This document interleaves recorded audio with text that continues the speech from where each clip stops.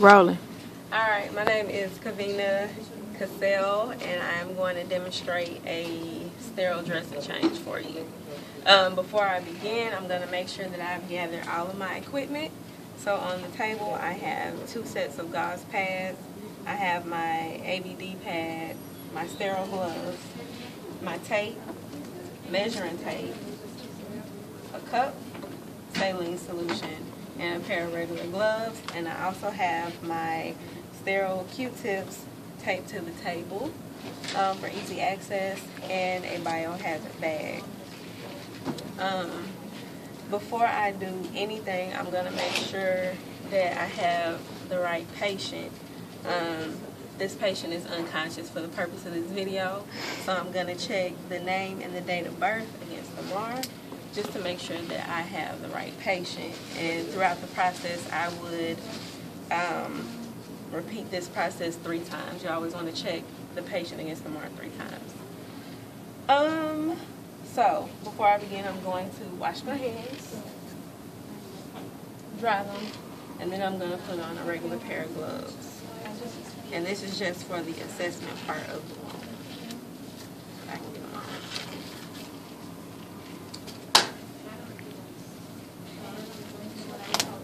Y'all didn't see that. Let's just roll with it.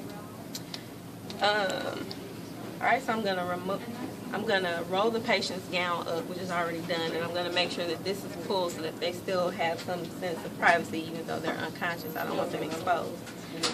I'm gonna remove the tape from the old dressing.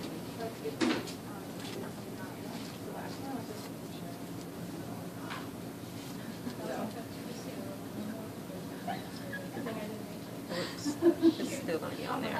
I'm going to note the amount of drainage that's left on the pad, the type of drainage, whether it's serous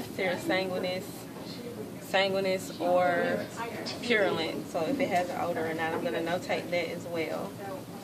And I'm going to dispose of it in the biohazard bag, as well as the gauze. And the gauze that's inside of the wound, working from clean to dirty. Okay. After I've removed the old dressing, I'm going to measure the wound, and I'm going to use a sterile Q-tip for the video. I'm going to measure the length of the wound against the tape. And then I'm going to measure the width of the wound. I'm going to do this with a different Q-tip each time, but for the sake of the video, I'm just using this one. Now I'm going to measure the width of the wound from the widest part, and I'm going to check it against the measuring tape, and then I'm also going to measure the depth of the wound on the measuring tape, and I'm going to record all the measurements at the end when I document. And then I'm going to throw the Q-tip away.